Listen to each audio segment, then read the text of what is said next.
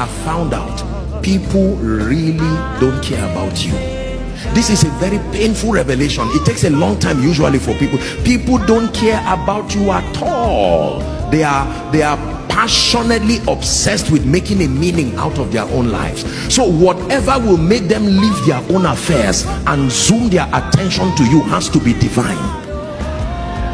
Listen, most of us have this superstitious idea that just because I love God, everybody will shut down on their destinies and just pay attention to me. No, sir. Apostle, the other day I sat in church and someone was looking at me and smiling. My brother, as he was looking at you, he was thinking about something else. I can almost tell you, you are not the one he was looking at. I'm not being sarcastic. Have you seen people talk and walk and you think they are talking to you, but they are talking about themselves? How is this rent going to come? Say, sorry, I'm not talking to you, I'm discussing something serious. Listen, do you know why I'm teaching you this? It's not just to laugh and to scorn. If it is true that your success does not just depend, the dynamics of the manifestation now is God in partnership to men to make it happen, and these men are currently distracted pursuing their own destinies, then what do you think will make those men to leave whatever it is and then turn to you and give you dedicated investment of their time, dedicated investment of their resources, dedicated investment of their energy, allow you to climb and leverage upon them? I was preaching, come Sam, I was preaching years ago, and a man of God preached before me, and he shared a story that I found very, very powerful.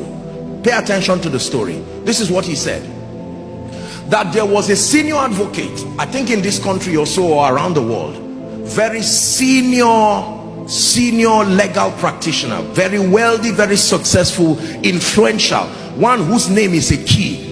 You know, names can be two things, keys or padlocks, but this one, his name is a key.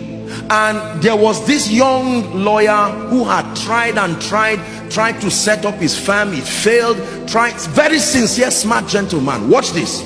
And he was really frustrated, and he went to God in prayer and said, Lord, change my life. Things have to change. And every time he would stand, he would see some of these top clients, institutions running around to talk to that senior advocate, to help them, you know, in all kinds of legal services. And these people would be bidding for millions of dollars. And that gentleman felt life was so unfair. I'm just looking for a fraction of this thing. Look what they want to give this man, and he's leaving them. And what kind of thing is this? When God wanted to help that gentleman, this is what happened. In the presence, I think they were at a conference, and there were several people, businessmen, billionaires, other lawyers, chief captains of industry.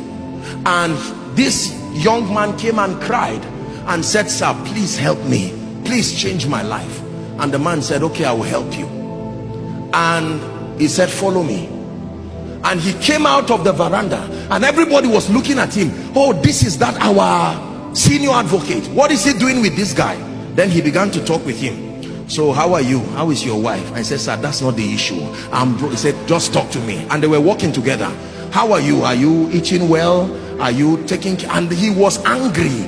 He was saying, sir, the issue is that I'm hungry. And the man said he walked with him, and when he walked with him, he got into his office and said, if you still fail, don't come to my office again. Listen.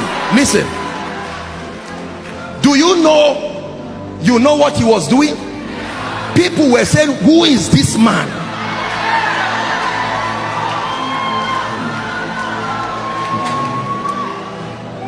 Please sit down and learn. You are in the house of God.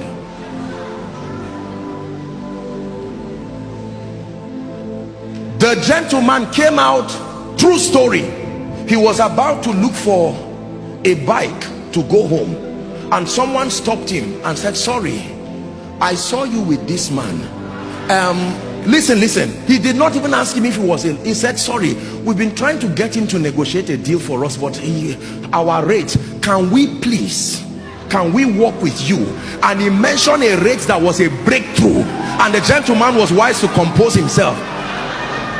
Listen, true story.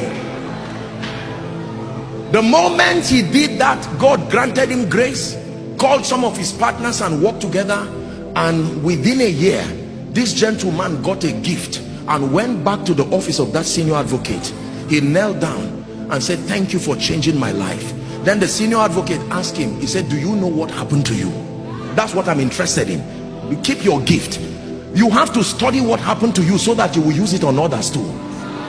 Favor is when an individual invests his credibility on you.